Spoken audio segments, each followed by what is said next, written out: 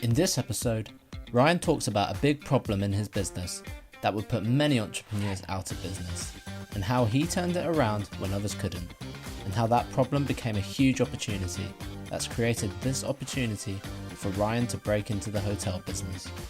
You're probably thinking, the hotel business is dead, right?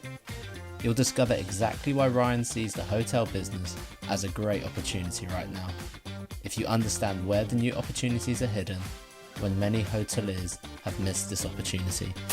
Problems, challenges and opportunities on Thursday. Every Thursday, Ryan takes you deep inside his business, sharing his problems, walks you through his challenges, talks about the opportunities that you only find once you've broken through the wall. That's the secret that every entrepreneur discovers, because the biggest problem in your business today usually becomes your greatest opportunity and asset tomorrow.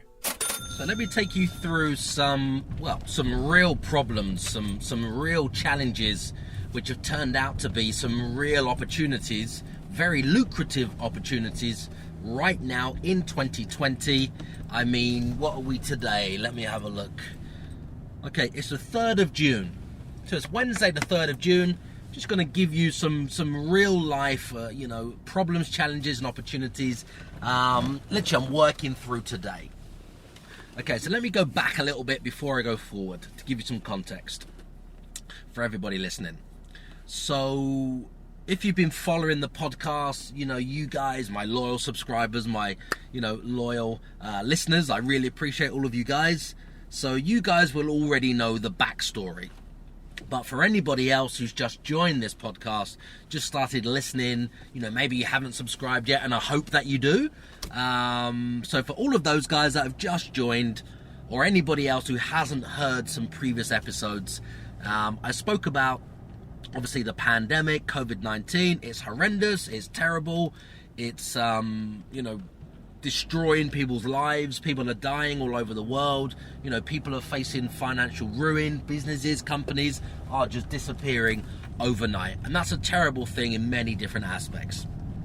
Now, what that's led to is opportunities, okay? Now, what I mean by that is since the 23rd of March, obviously we was hit very bad ourselves, my company.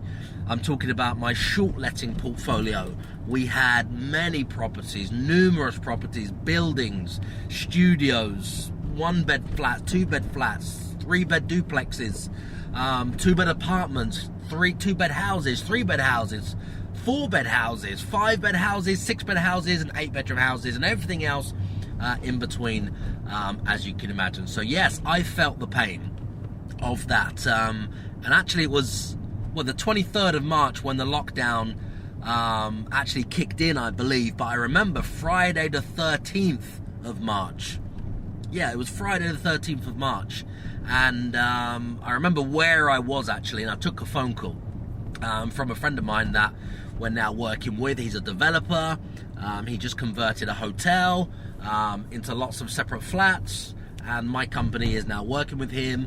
We've currently got the top 3 floors, the ground floor, and we're just trying to fill in with the other flats in between as and when they come up, so we can obviously take over the entire building, which is our plan, which is our tactic, which is my strategy, which never used to be the entire buildings. It used to be independent flats.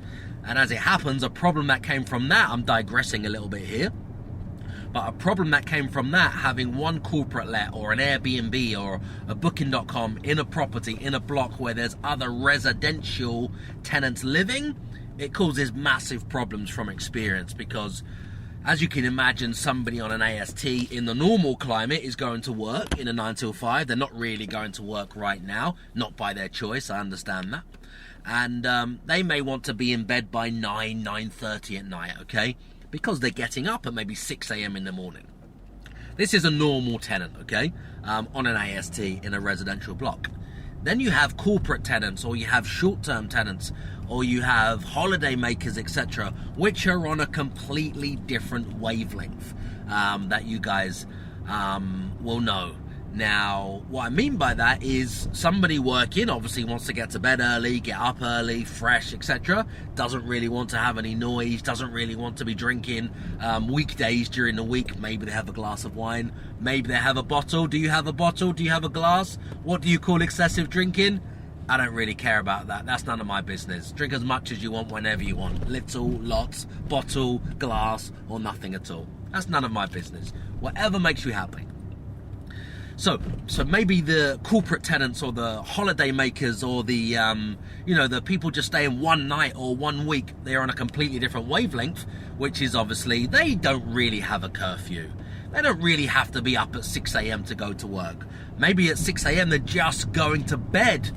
Maybe they've got friends over, maybe they're cooking, maybe they're hosting a little Netflix and chill party, maybe they're doing whatever they're doing as if they're on holiday, as if they're on a break, as if they're staying in a hotel. And what normally happens is they're coming and going all hours, okay, coming at whatever time, leaving at any time, friends coming around to see them, people going in and out, maybe going out all night, out of the front door to the front of the building, smoking. It could be anything at all. They're basically on different wavelengths that you will know. So one, the short-term stay or the corporate guest or the holiday maker or the one-nighter. If you do one-night stays, we try and stay away from them as much as we can, but we do them because they do bring in a lot of money. And that's why we're in business, one of the reasons. So we do one-night stays. Now, it may come down to they don't respect the noise levels or their boundaries are midnight is fine for a cutoff, etc. There could be a variety of reasons why they're on a different wavelength, making noise, keeping the other person up, which is on an AST, wants to be in bed at 9:30 when downstairs is just getting started, having a party, a few drinks, a few bottles, a few friends around, little dinner party, loud music maybe, or louder than usual, or even just talking. Maybe even just talking on a terrace, outside, on the garden, just talking in the room downstairs, depending on the structure of the building. Now, what tends to happen is the people on the ASTs are pissed, they're fuming, they're upset, they're angry, they can't sleep, it's waking them up, they're banging on the doors, they're calling the office, they're coming to meet the tenants, etc, etc, etc. Maybe even calling the block management company. And if you haven't got the right consent to run your short-let, then you are fucked. It's that simple. If you haven't got the right consent and you've got some noisy guests or noisy clients and somebody on an AST is not happy, it's keeping them up, they contact the block management company, they write you a few letters, then you've got a problem on your hands with the lease and the leaseholders and the management company, and then it has to stop. So that's what we found probably last year, to be honest. We found this way before last year, but what I mean is last year is probably when we decided to take some action and actually try and go for whole blocks of apartments instead of mixed apartments, individual apartments in the building, because that's exactly what happened to us, exactly what happened to me, exactly what happened to my joint venture partners in another city. They're located in Portsmouth. We had another, was actually a block of apartments we were due to get, and the landlord and landlady changed their mind for whatever reason. I think it was down to money, and it ended up that it started off with us just getting, well, one, okay? And then it was supposed to, accumulate. Anyway, we didn't get the whole block. We got the one. We looked at the one upstairs, about to do the deal with the one upstairs. This is 6 months later, as they were coming available. And then what happened is there was some guest complaints and everything else, and then one thing led to another, and then it jeopardized the rest of the deal because we now couldn't get the rest of the deal, which was a whole building, because people had complained. But if we had got the whole building, nobody really would have complained, because they would have all been on the same wavelength. They would have all been corporate lets. They would have all been short-term stays. They would have all been holiday rentals. We wouldn't have had anyone, not a single person in the building on an AST. Now, that would have meant for us, we would have made a lot more money. We would have had the whole building. We would have had it for a lot longer. The opportunity would have been greater. The returns would have been higher, and so on and so on and so on, as you can imagine. So I digressed a bit earlier. when I started this episode today, I was actually going to tell you another story about some hotel deals that we've done recently.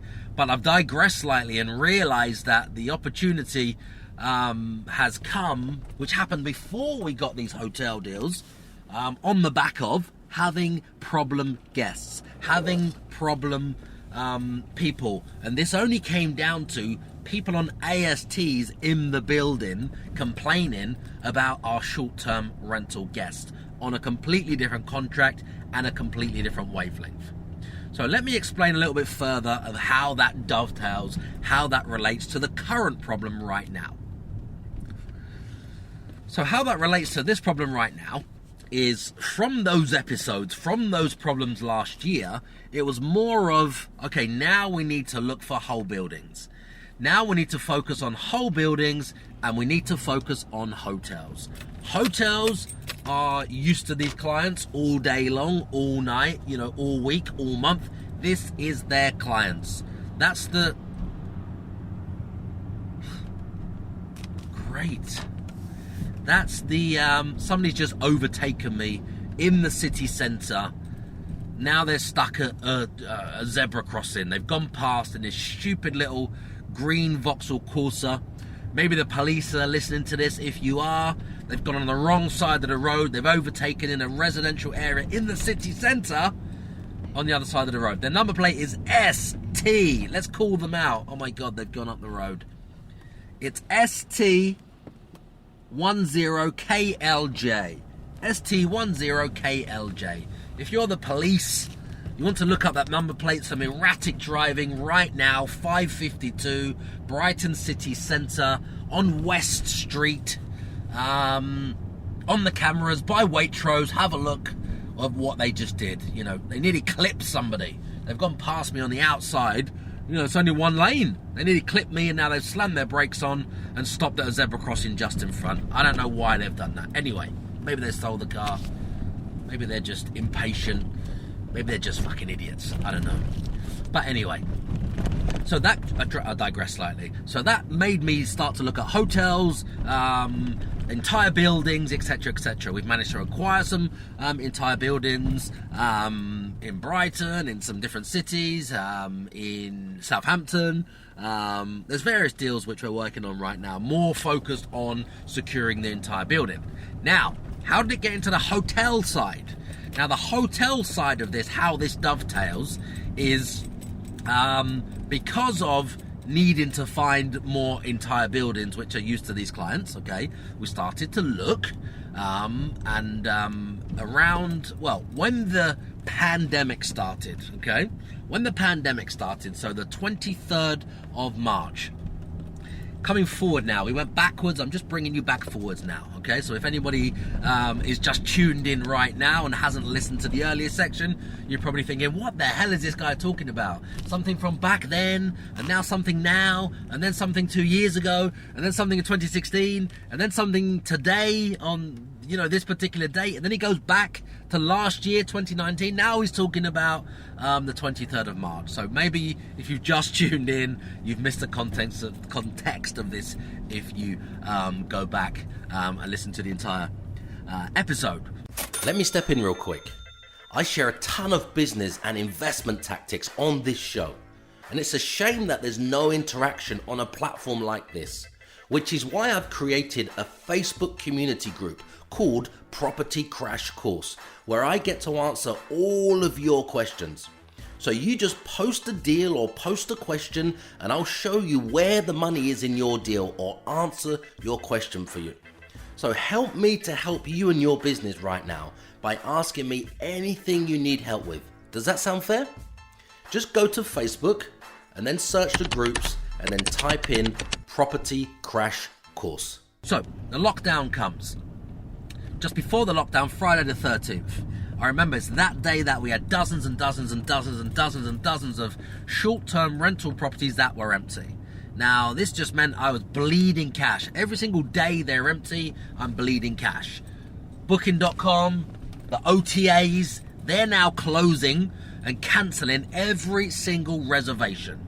So every single reservation is getting cancelled. A whole calendar, a whole diary, the whole of the summer, hundreds of thousands of pounds of booking is gone. It's gone, okay? It's completely gone.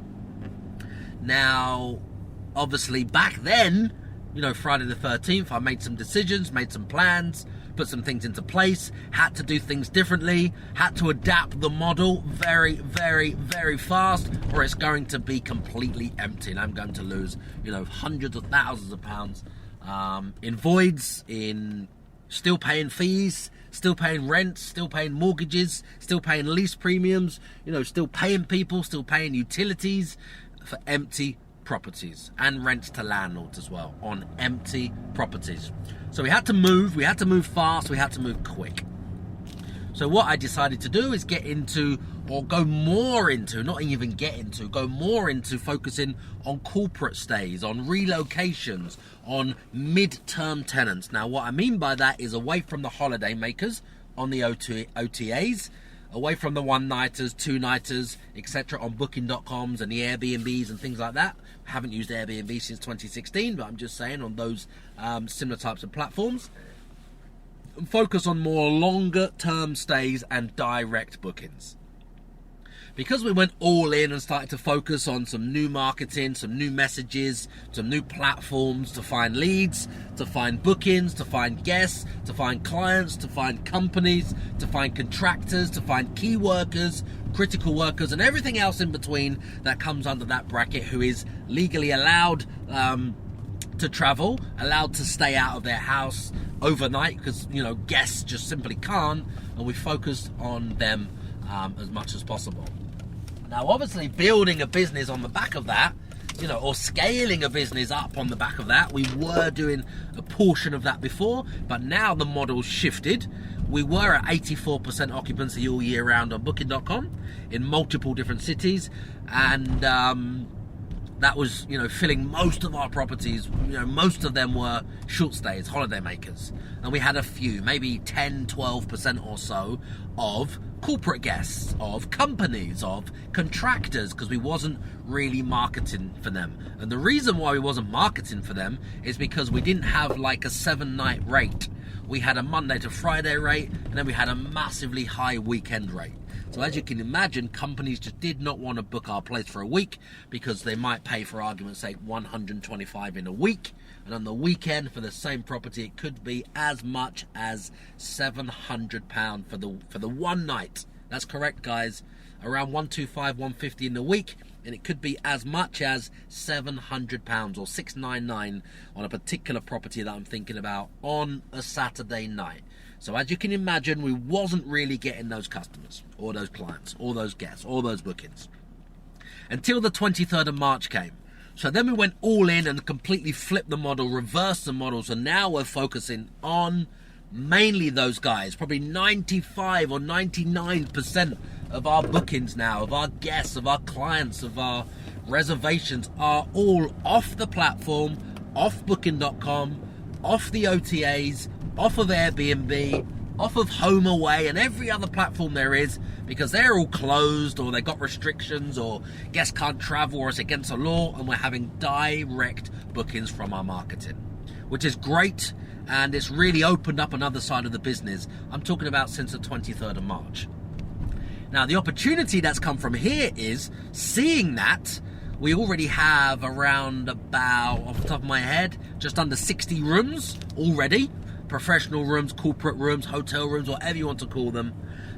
We've already got about 60 of those. So focusing more on corporate stays, those types of guests from the 23rd of March has opened my eyes, and I've seen a new opportunity, which is more and more hotels are struggling. More and more hotels, or probably nearly every hotel.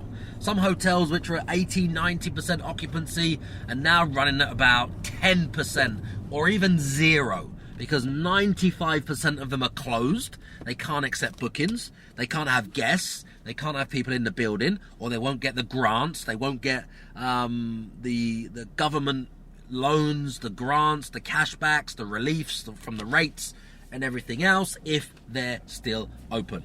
So as you can imagine, 95% approximately hotels are completely closed. Now what we've found is those hoteliers are obviously worried, very concerned, because they, cover their costs through the winter or through the low season. And then when it gets to summer, that's what they live for. That's a holy grail. That's when, they can see as much revenue in, one flipping day that they used to see in 1 week. Okay, it's that simple. From the low season to the high season, that can be the difference. Now, we've experienced it, so we completely know. We're in the business, we know the difference in prices. So now this season has been more or less completely written off.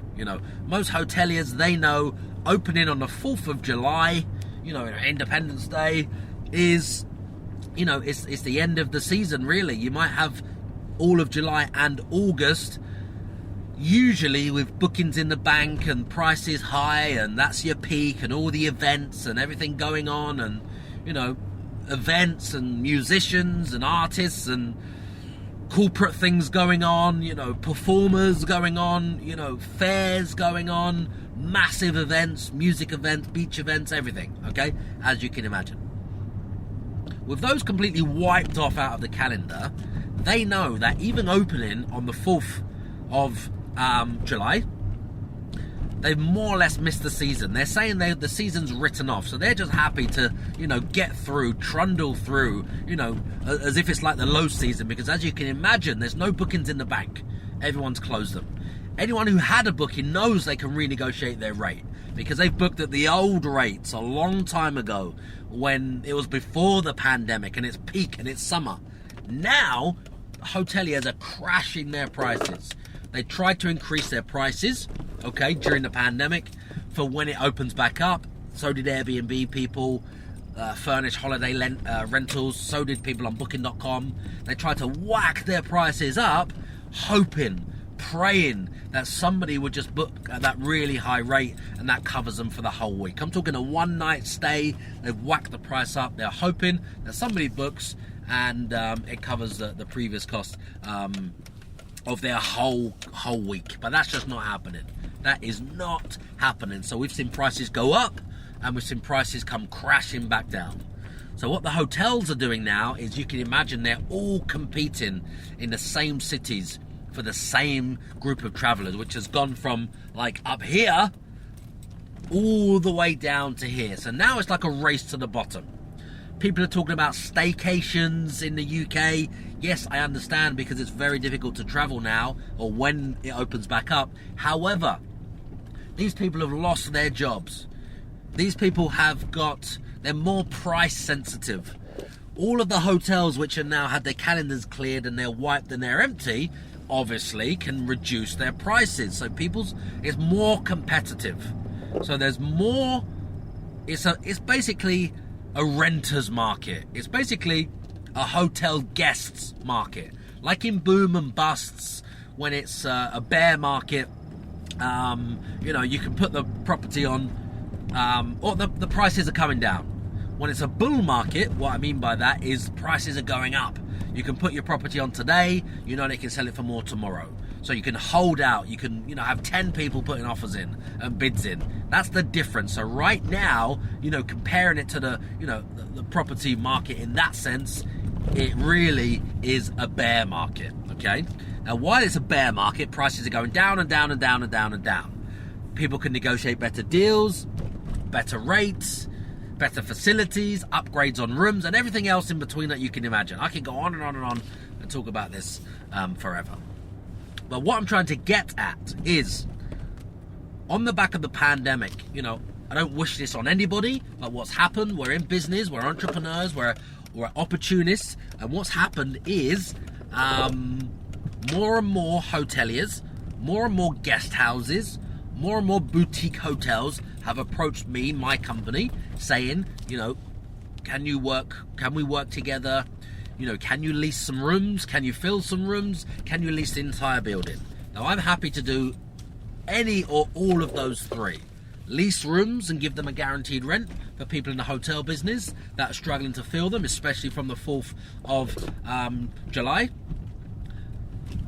do a joint venture with them to help them fill the rooms. Completely happy to do that and work on that basis as well. And then lease the entire building. Completely happy to do that as well. That is our business, okay? So what transpired from this is I was approached by somebody who has some very large buildings. They actually accommodate 70 guests, okay? Now, it's been a while negotiating these deals, putting the deals together. The numbers are very difficult. It's very complex, the negotiations, working with this particular guy. He's a very sharp, very shrewd entrepreneur. You know, he knows, basically, he's similar to me, okay? Because he's similar to me, it's taken a long time to negotiate, because he asked for something here that he needs, and the way for me to give him that, which might be more money he's asking for, is for me to do something else over here to offset. We can give you more money, but we would also need this. So absolutely no problem paying that 10,200 that you're asking for, or the 16,200 that you're asking for over there. We've got no problem doing that, but we would then just need this over here, which might be an initial rent-free period. It might be an extension on the term. It might be some better favourable terms. So we're just balancing things out. He needs to get to that figure. I'm happy to get to that figure. It's more than we wanted to pay, but we would need something over there, which is this thing over here. Or you need to include the cleaning, or you need to include the linens, or you need to include the laundry, or you need to include the restaurant, or something like that. Or the dining room, something like that. Make sure you've subscribed, because tomorrow you'll get free Fridays. Every Friday, we bring some fun and excitement back into business by giving away the unlocks you need to push you through the hurdles. Free training giveaways, free products, free mentoring, and all because it's Free Friday. So make sure you've left a review, posted questions in the Property Crash Course community, or done something great so we can salute you. Okay, so working together has taken a long time. Now, obviously what I've done, which I always do, maybe it's a bad thing, maybe it's a good thing. Sometimes it works out, sometimes it backfires. Okay, so what I do is, when I found the deal, when you've had the handshake and you've structured, you've put it together, you've done the handshake, you've just got to finalize a few little bits and bobs. Okay, so the deal is basically done. We've both decided we want to do the deal. We've both decided we're doing the deal. We've just got to iron out these terms. Okay, and it's taken a very long time. Now, because of the length of time that is taken, obviously what we've done is use the building, raced ahead, found some guests, found some bookings, found some corporate stays, found some people that want to come and stay for 28 nights to 3 months, okay, 12 weeks. And then we've taken, reservation fees from them, etc., etc., etc., because they're checking in. And then the building wasn't ready, then the building can't be launched, and then there's a complication with the grants and the loans and everything else from the government. So it's turned out that the buildings we were going to place these first batch of guests into now can't accommodate them, or it's been delayed for about 4 or 5 weeks. Okay. So because that's been delayed by 4 or 5 weeks, which is, my mistake, or me being an opportunistic, type of guy, which is what leads to more opportunities, filled them before we've actually been ready to open. Okay, maybe a bit like airlines overselling seats, you might be able to compare it to. So just racing ahead like an entrepreneur to try and fill the voids and get it all ready back to back. You get the keys on a certain day. On that certain day, you get the keys and your money starts coming. You don't want to have, or I don't want to have, a massive void. So I've filled as much as I can, as quick as I can, whether it's 1 guest or 70 guests, ready for that launch day. Now, obviously, because that backfired, it's not ready. We haven't even completely finished ironing out the terms of the deal of the lease. It's now meant that I have somebody checking in today, as it happens, the first one today, and the building isn't ready. Now, the options are call the person up, talk to them, say to them what's happened, and just, accept that loss, accept that failure. But now somebody hasn't got accommodation. Now we've got to give somebody the bad news on the day they're due to check in that they can't actually move into this. This is a hotel suite, by the way. This is an ensuite luxury high-end hotel suite. Now they can't move in. Up until yesterday, I still didn't know if this was going ahead or wasn't going ahead. And as an entrepreneur, it's gone all the way to the wire, and now it gets to today, and now we know 100% it won't be ready, they can't check it. So it's either call them with the bad news and say we just can't accommodate you, offer them something else, which will probably be more expensive because these are hotel rooms that we're selling at the moment, en suites, or find them something else. Now, I prefer the finding them something else. So the opportunity came from this, because we can't accommodate this guest, is that I had to, ask around, ask some other people, make some things happen. I found another hotel, which is currently closed. Found the person who knows who the owners are. It's actually a friend of a friend for this particular hotel. Obviously, they made the introduction, and what came on the back of this is that I was introduced to them. They've got a hotel. It's a very large hotel. They've got lots of rooms, and it turns out that I spoke to them today, had a meeting with them today, and we discussed what they'll be looking for. We discussed how we can work together. We discussed some deals that we can do on some rooms that we can rent, some rooms that we can lease, some whole floors that we can lease in their building, because they're not looking at leasing the whole building out. So we can do some deals on rooms, whether we lease them or we just fill them and do a joint venture.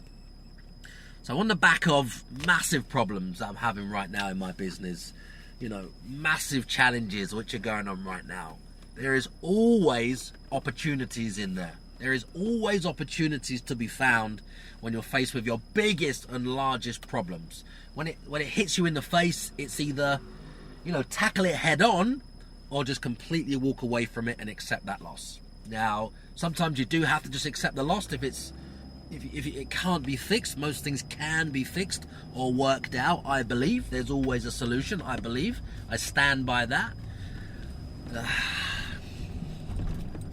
So yeah, on the back of this, has turned out to be a massive problem, massive challenge, which was at the start, which is the pandemic, which led to us, flipping the script.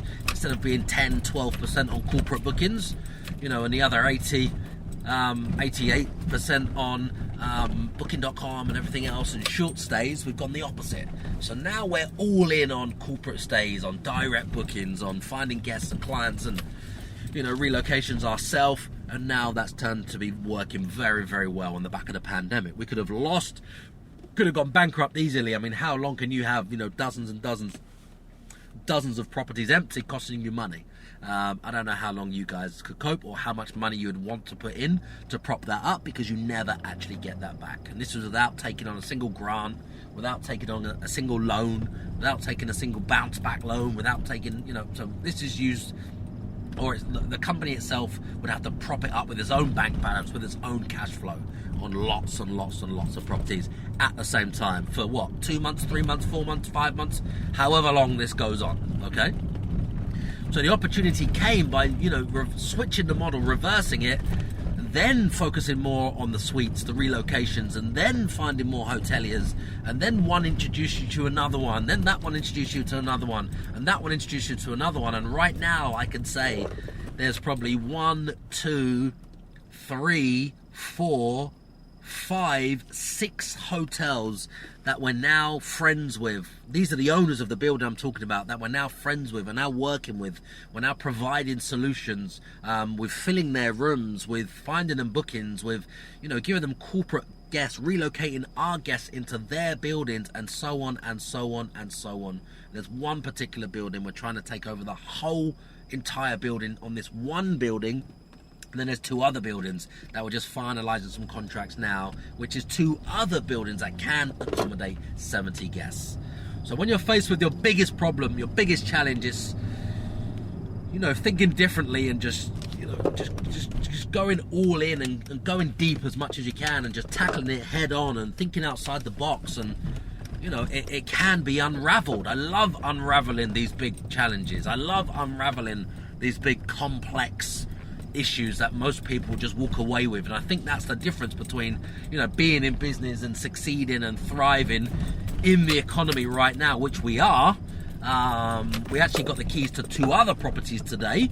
That is the difference between the ones who make it and come out the other end stronger, and that's the difference between the others who completely just roll over, take the loss, shut their company down, wind their business down, and all of maybe the depression that comes with it, all of the problems that come with it, all of the heartache, the confidence, the self-esteem, that gets torn away, ripped away from you, because when you're in business, it is your confidence. That business is your baby, the income, the customers, the relationships that you have from it. All of that is, I would say, linked to your, many people's self-esteem, many people's confidence. So when that gets ripped away because of what's happened now in the pandemic, some people, some companies will never, ever bounce back from that. And I just don't want that for any of you guys. He's a #1 Amazon bestseller. He's an NLP manipulator. He's a property course seller. He's a Lamborghini driving multi-millionaire property guru. Forget that same old boring I am me narcissistic podcast format, because nobody gives a fuck. This podcast is all about you. So I'm taking these few seconds to thank you for subscribing, to thank you for leaving your 5-star reviews, and thank you for sharing this show with all of your friends. My team and I will keep bringing you these episodes and answering all of your burning questions in my Facebook community group called Property Crash Course. If you can just keep telling all of your friends about this show.